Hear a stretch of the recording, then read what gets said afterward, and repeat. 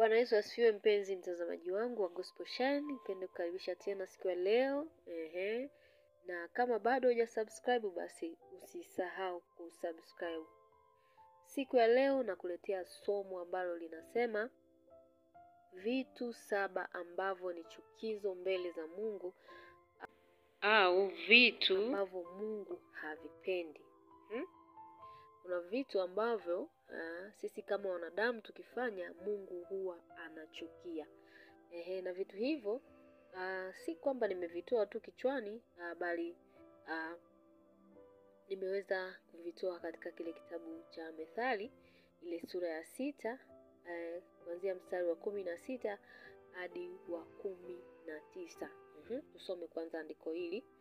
Andiko letu linasema, Methali sura ya 6 mstari wa 16 hadi wa 19.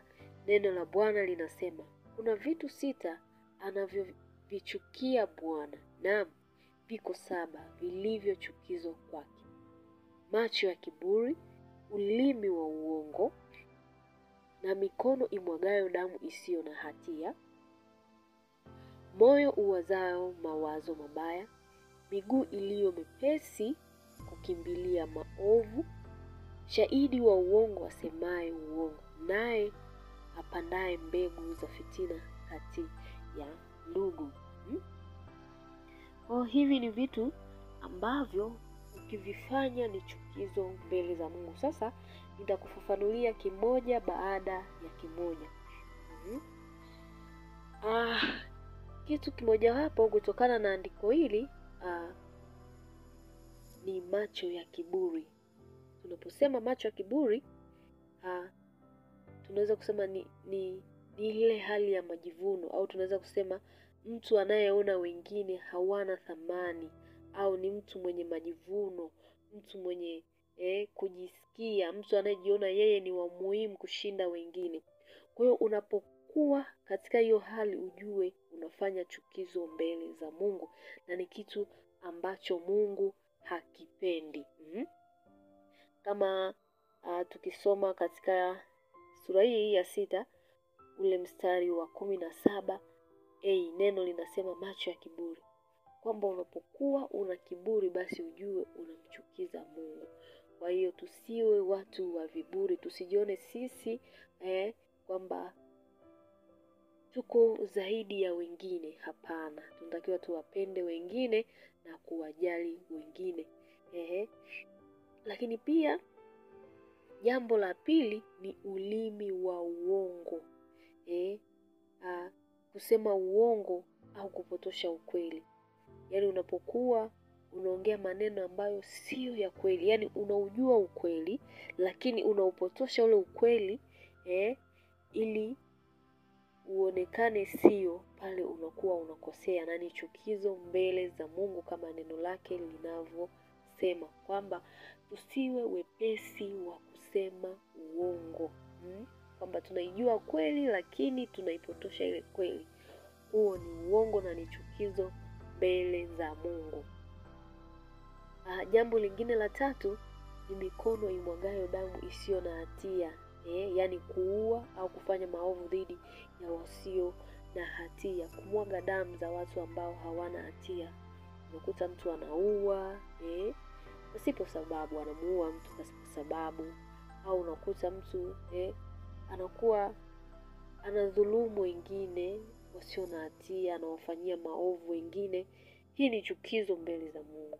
Neno lake linasema mikono inayomwaga damu ni chukizo mbele za Mungu.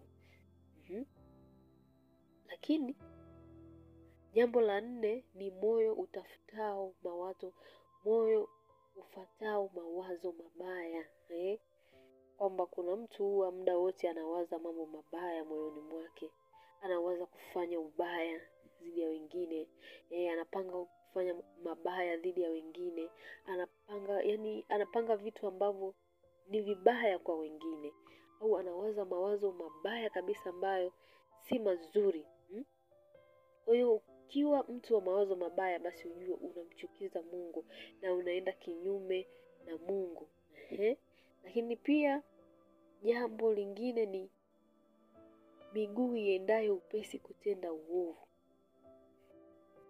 kwamba unakuwa mwepesi wa kwenda kufanya dhambi, unaikimbilia dhambi, unakimbilia kufanya uovu. Hiyo ni chukizo mbele za Mungu. Unakuta mtu anapanga kabisa kwamba ninaenda saizi kuiba labda, au ninaenda saizi kuzini. Yaani miguu yako inakuwa ni mepesi kwenda kutenda mabaya, inakuwa ni mepesi kwenda kutenda dhambi, inakuwa ni mepesi kwenda kufanya mambo ambayo ni kinyume kabisa. Unaenda kufanya dhambi, miguu yako inakuwa ni mepesi. Miguu yako iwe mepesi kufanya mambo ya Mungu na sio kutenda dhambi. Ukifanya hivyo unakuwa unamchukiza Mungu na Mungu anachukia. Lakini jambo la 6 ni shahidi wa uongo asemaye uongo. Unakuta kuna mtu mwingine anatoa shuhuda, utazani anaongea ukweli, lakini kumbe mtu yule anaongea uongo. Kwamba unakuwa unatoa ushuhuda wa uongo au unasingizia wengine kwamba huyu amefanya, kumbe hujaona wala hujasikia, lakini unakuwa unaongea kama ulikuwa kwenye jambo hilo. Ukiwa mtu wa kusema uongo, wa kushuhudia uongo, unamkosea Mungu na ni chukizo mbele za Mungu. Lakini jambo la 7 na la mwisho, kupanda mbegu ya fitina kati ya ndugu. Mtu anayesababisha ugomvi, anayesababisha mtafaruko kati ya ndugu, kati ya majirani, huyo ni chukizo mbele za Mungu na Mungu hampendi mtu huyo. Ukisoma katika hiyo Mithali 6 ule mstari wa 19b, neno la Bwana linasema naye apandaye mbegu za fitina kati ya ndugu. Kwamba unakuta mtu anaongea maneno ya uongo ambayo yanagombanisha, ambayo yanafarakanisha watu, yanafarakanisha ndugu. Kwa hiyo ukijikuta upo katika hiyo hali, basi wewe ujue unamchukiza Mungu na Mungu hapendi vitu kama hivyo, unatakiwa uache mara moja. Kwa hiyo hivyo ni vitu ambavyo ni chukizo mbele za Mungu. Ukisoma katika kitabu cha Methali ile sura ya 6 kuanzia ule mstari wa 16 mpaka wa 19, unapata vitu hivyo ambavyo Mungu havipendi, ambavyo ni chukizo mbele za Mungu. Kwa hiyo wewe ukiwa kama mwana wa Mungu, ukiwa kama mtu unayempenda Mungu, basi hakikisha hauanguki katika vitu hivyo ili usiweze kumchukiza Mungu. Epuka macho ya kiburi, epuka ulimi wa uongo, mikono inayomwaga damu isiyo na hatia, epuka vitu vyote hivyo. Usiwe mtu wa kuwaza mabaya, usiwe mtu wa kupenda kukimbilia kufanya uovu, usiwe shahidi wa uongo, wala usifarakanishe watu wengine au ndugu. Basi hilo ndilo somo letu kwa siku ya leo, na nipende kukaribisha sana katika chaneli yetu, na kama bado hujasubscribe basi usisahau kusubscribe. Asante mpaka wakati mwingine.